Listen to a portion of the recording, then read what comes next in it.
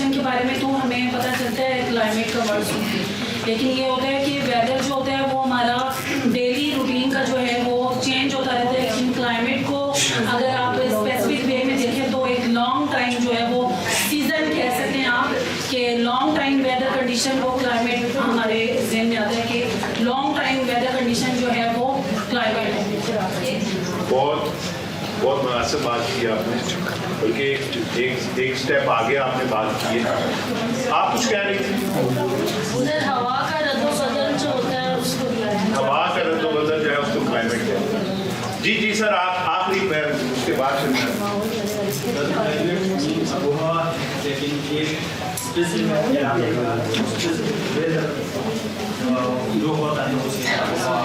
एक स्पेसिफिक इलाके का एक स्पेसिफिक वेदर जो है, तो there is a difference between weather and climate. सबसे पहले तो आपको ये अंडरस्टैंड करना, आज का हमारा टॉपिक जो है वो क्लाइमेट है, और उसके बाद हम लोगों ने डिजास्टर मैनेजमेंट के साथ इसको रिलेट करके समझने की कोशिश करनी। वेदर जो है वो तो ये रूटीन की, हर सुबह, आज सुबह इतने बजे सूरज निकलेगा, आज का टेम्परेचर इतना रहेगा, आज जो है वो बारिश की पेशीन गोई जो है वो इतनी है, 10% है, या आज जो है तेज हवा चलेगी, या आज जो है वो ओले पड़ेंगे, या आज जो है वो मौसम खुशगवार रहेगा, बादल रहेंगे। तो क्लाइमेट जो है वो एक वेदर के मुसलसल एक रवैये के बाद जो एक चीज बन जाती है उसको क्लाइमेट कहते हैं। जो कभी कभार होता है वो वेदर है, मतलब आपको पता है बारिश होनी है, कभी कभार होनी है, लेकिन एक पैटर्न बन जाए साल के बाद तो वो क्लाइमेट है। और वो क्लाइमेट चेंज कहता है, उसे कहते हैं कि यानी पहले जो है वो गर्मियां इतनी थी, अब गर्मियां इतनी हो गई हैं, पहले सर्दियां इतनी थी, अब सर्दियां इतनी हो गई हैं, पहले बारिश इतनी होती थी, अब बारिश इतनी ज्यादा हो रही है।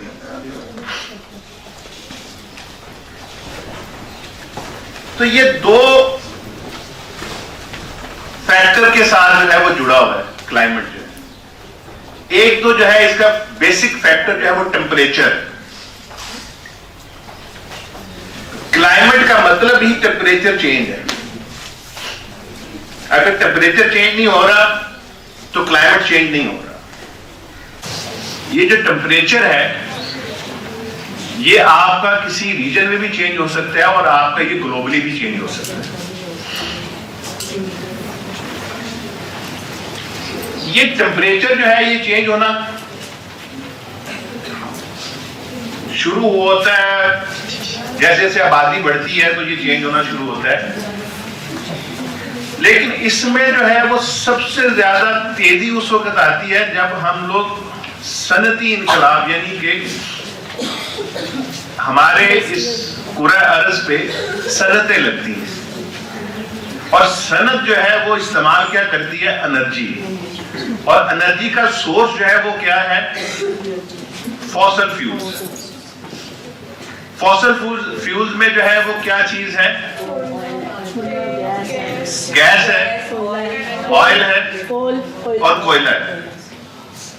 तो ये आपके जो है ये फॉसल फ्यूल्स हैं, ये इस्तेमाल होना शुरू होते हैं, तो आपका जो है वो टेम्परेचर जो है पूरे ग्लोब का वो बढ़ना शुरू होता है, और वो जो है वो है क्लाइमेट चेंज, क्लाइमेट इफेक्ट।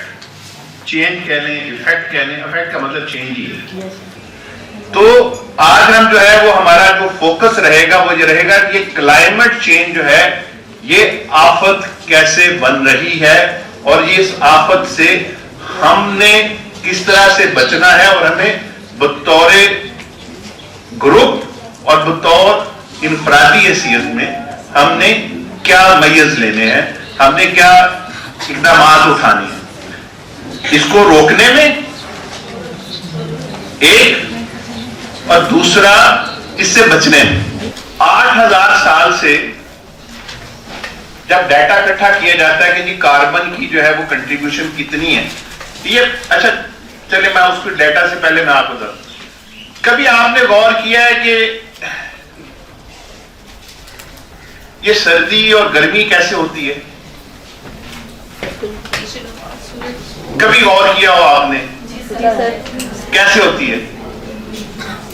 वो आखिर में जैसे एनवायरनमेंट चेंज होता है, स्मोक ज्यादा होती है, ट्रैफिक ज्यादा होती है, इसकी वजह से जो है ये सीजनल गर्मी सर्दी होती है। लेकिन जैसे अभी अब अप्रैल है उसकी वजह से। हाँ जी, आप सर क्योंकि हमारी जो ज़मीन है वो सूरज के लिए मुसलसल घूम रही है, तो जब वो घूमते घूमते ज़मीन जब सूरज के बैक साइड पे जाए, क्योंकि डायरेक्ट शॉट उसके ऊपर नहीं पड़ रही होती, वो एक लॉन्ग टर्म के लिए, तो हम कहते हैं सर्दी आ रही। जब ज़मीन घूमती घूमती बिल्कुल एग्जैक्ट सूरज के सामने आ जाती है तो हम कहते हैं गर्मी है।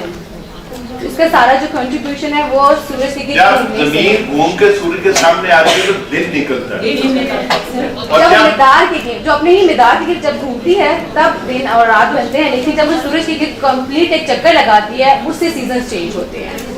उससे पूरा एक साल का साइकिल है जिसमें जो है वो उसकी दूरी जो है बैज की शक्ल में है जिसकी वो होती है। लेकिन आपको एक ही मौसम में आपको मुख्तलिफ इलाकों में रीजन में आपको ठंड एक ही महीने में आपको गर्मी और एक ही उसी महीने में किसी जगह पे बहुत ज्यादा गर्मी। तो जमीन तो जो है वो सारी उसके सूरज के सामने ही है ना। तो कभी इस पे गौर किया है कि जी हमारे ही इस छोटे से एक खित्ते में, यानी हमारा पाकिस्तान जो है फ्रॉम खंजरात टू ग्वादर, इसके अंदर जो है वो एक ही महीने में ये वेदर चेंज क्यों है? यानी इस्लामाबाद का और है, खंजरात का और है। ग्लोबल वार्मिंग नहीं, ग्लोबल वार्मिंग नहीं है, ह्यूमन एक्टिविटीज की वजह से ह्यूमन एक्टिविटी भी नहीं है। जी जी आप बताइए। वहाँ कार्बन ज्यादा पैदा होने से ओजोन लेयर जो है वो। अच्छा मैं आपको एक साइंस की, आप में से साइंस पढ़ी हुई है किसी ने? चलिए मैं आपको बताता हूँ थोड़ा सा, मैं आगे भी बढ़ना है। ये जमीन है और ये सूरज है। सूरज की शुआ जो है वो जमीन के साथ ऐसे आगे लगती है और यहां से लगने के बाद जो है ये रिफ्लेक्ट होके वापस जाती है। जब ये सूरज की शुआ जमीन पे लगती है और रिफ्लेक्ट होके वापस जाती है तो फिर इसके ऊपर ना एक गलाव बनता है गैसेस का जो उसको वापस जाने से रोकता है।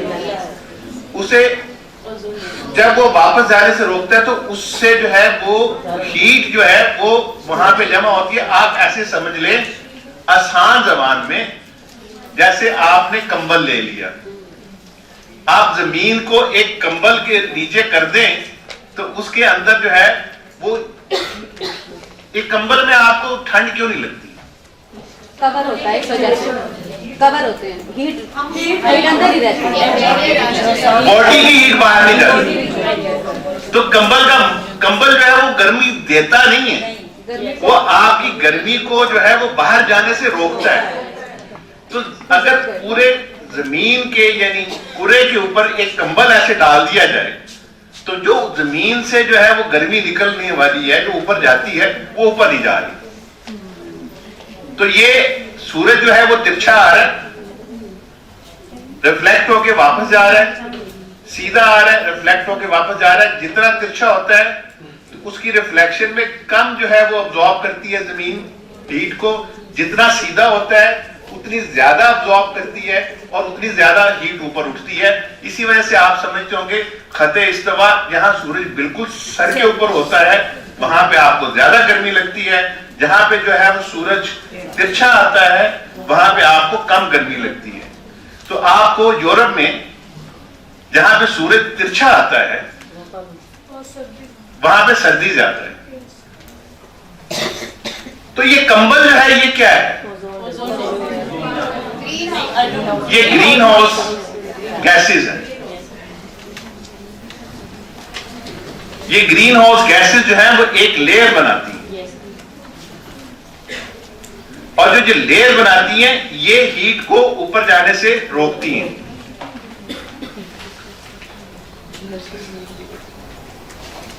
वो जो मैं आपसे कह रहा था कि 8000 साल का डेटा है, तो मैं आपसे शेयर करूंगा इसमें थोड़ा सा, जिसमें आपको पता चलेगा कि हम कहां थे और हम कहां पे खड़े हैं, और आज जो क्लाइमेट चेंज हो रहा है वो हमें क्यों ये फील होता है।